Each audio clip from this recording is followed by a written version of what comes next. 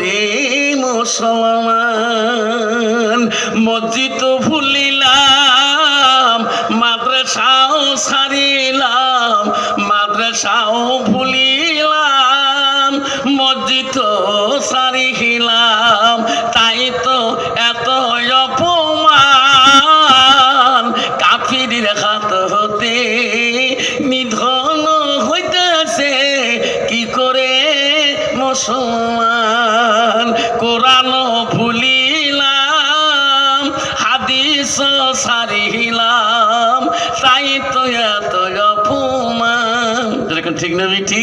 আল্লাহকে স্মরণ করব, লা ইলাহা ইল্লাল্লাহ, জয় লা ইলাহা ইল্লাল্লাহ, আরো ধরে লা ইলাহা ইল্লাল্লাহ, জোরে পড়ো লা ইলাহা ইল্লাল্লাহ, সুবহানাল্লাহ ওয়ালহামদুলিল্লাহ, লা ইলাহা ইল্লাল্লাহ, জোরে লা ইলাহা ইল্লাল্লাহ, নাই কোনো মাবুদ আল্লাহ ছাড়া, নাই কোনো মাবুদ আল্লাহ ছাড়া, পড়ো লা ইলাহা ইল্লাল্লাহ, জোরে লা ইলাহা ইল্লাল্লাহ, আকাশের মালিক যে আল্লাহ, জমিনের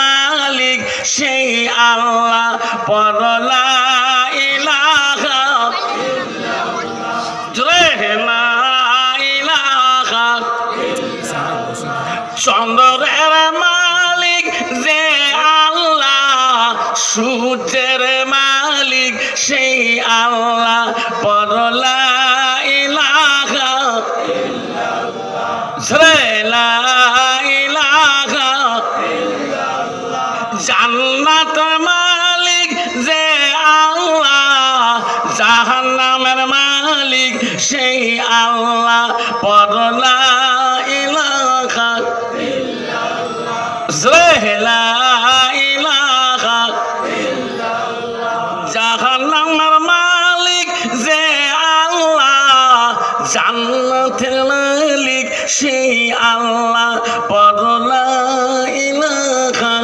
ইল্লাল্লাহ, পড়ো লা ইলাহা ইল্লাল্লাহ, লা ইলাহা ইল্লাল্লাহ মুহাম্মাদুর রাসূলুল্লাহ।